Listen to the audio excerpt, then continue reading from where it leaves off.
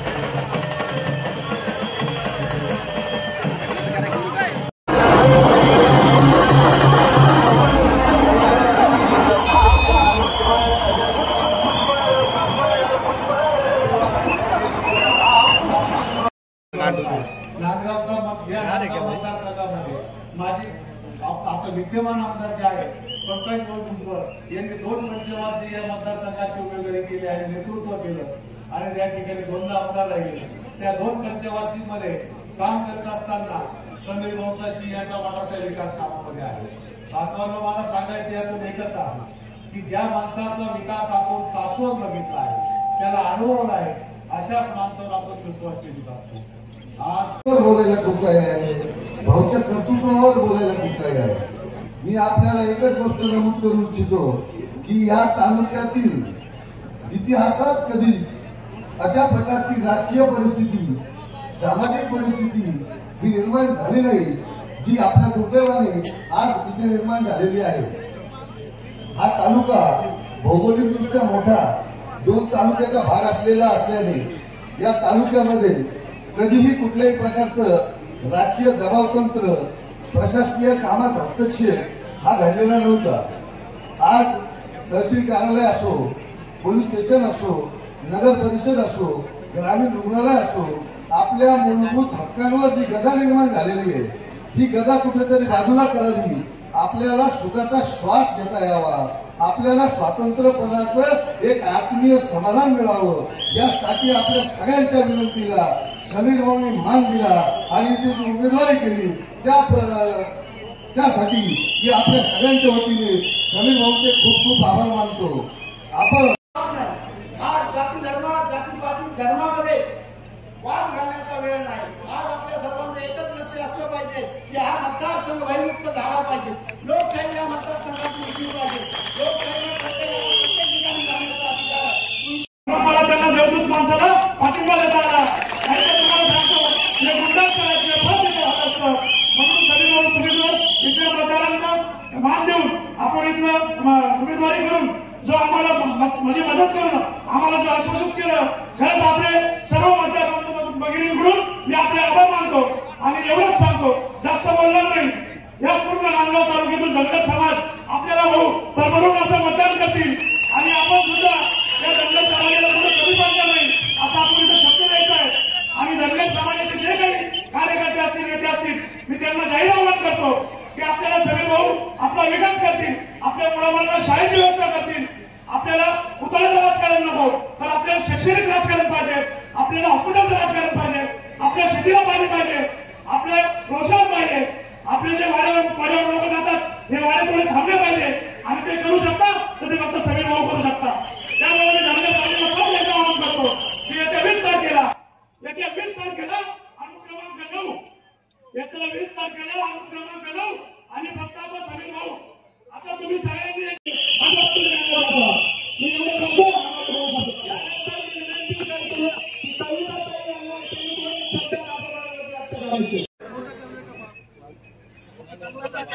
विविध क्षेत्रात सर्व वातावरणाला हे नंबर आव्हान करण्यात आले आहे.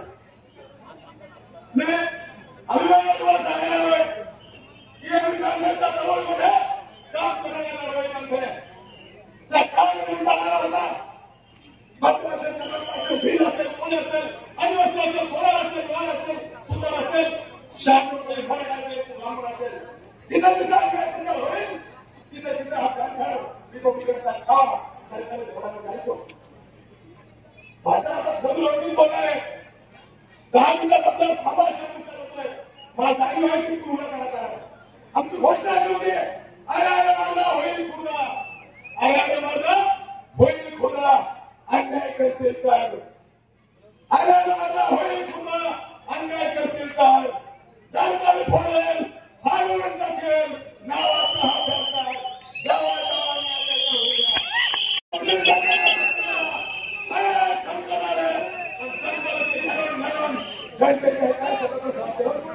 काय स्वातंत्र्य स्वतःचा राजकीय हल्ले केले सामाजिक हल्ले केले धार्मिक हल्ले केले म्हणजे काय केलं हल्ल्यावरती होतील हल्ले अवैध आमचे बांधले केले हल्ल्यावरती होतील हल्ले अवैध आमचे बांधले केले असा दमदारचा ठरवाचा कधी खाली नव्हे तुफानातले दिवे आम्ही तुफानातले दिवे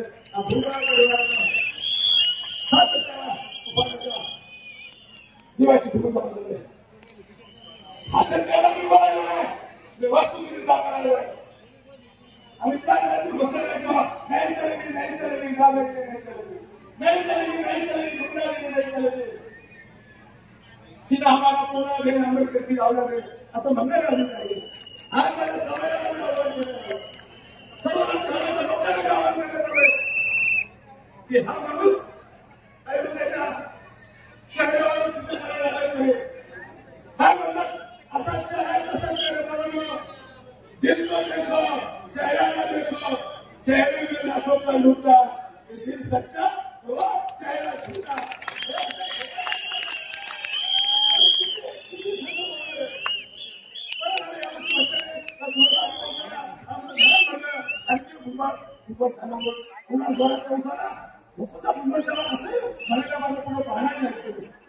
आणि मला अपेक्षा आहे की नांदेड करायला मनमट करायला तुम्हाला आता या क्षणात माझ्या माहितीप्रमाणे कमीत कमी 8 दिवस जास्तीत जास्त 9 दिवस ते 12 दिवस पाणी येते 12 दिवसांनी पाणी येते तुमच्या शेजारचा बघा ना तुमचा शेजारचा बोलता माझ्या आईवडिलांना काय लागतंय सगळं उठून बरोबर लागतंय आंघोळीला बसून आहे केली माझी ते आहे आणि भुजबळ साहेब का उभे लक्षात घ्या मला खात्री विश्वास आहे लाडका बहिणा जरी तुमचं भाजप नसेल अनेक माझ्या विधवा आहेत माझ्या अनेक परितक्त आहेत विधवा आहेत परितक्त आहेत अनेक शासनाचे लोक आहेत त्याच्यामुळे काम करायचं असेल दिल्लीपासून तर दिल्लीपर्यंत माहिती असलेला माहिती काय खादा कामाच्या अनुभागात वागतोय मला माहिती आहे डॉक्टर होण्याची नाही दिवस मला व्हायलाच आहे तुम्हाला काळजी घ्यावं लागेल 20 तारखेला पवित्र मताने तुमचा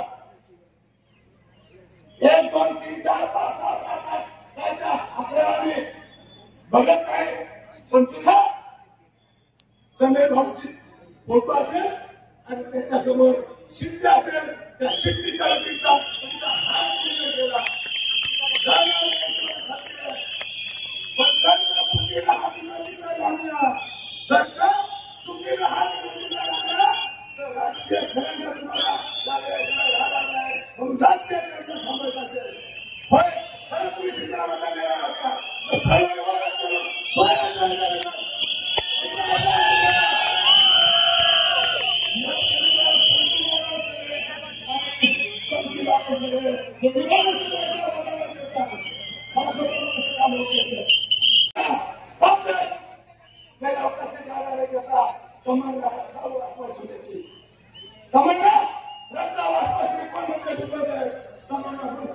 पश्चिमा समिति लेकिन किसी को दादागिरी करने का इरादा नहीं रखता।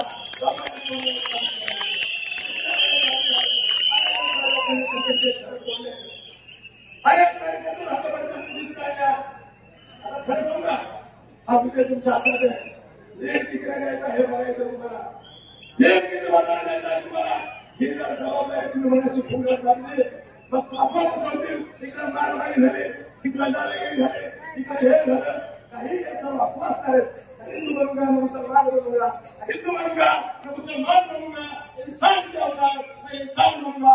साथी वाचना देने का नहीं है,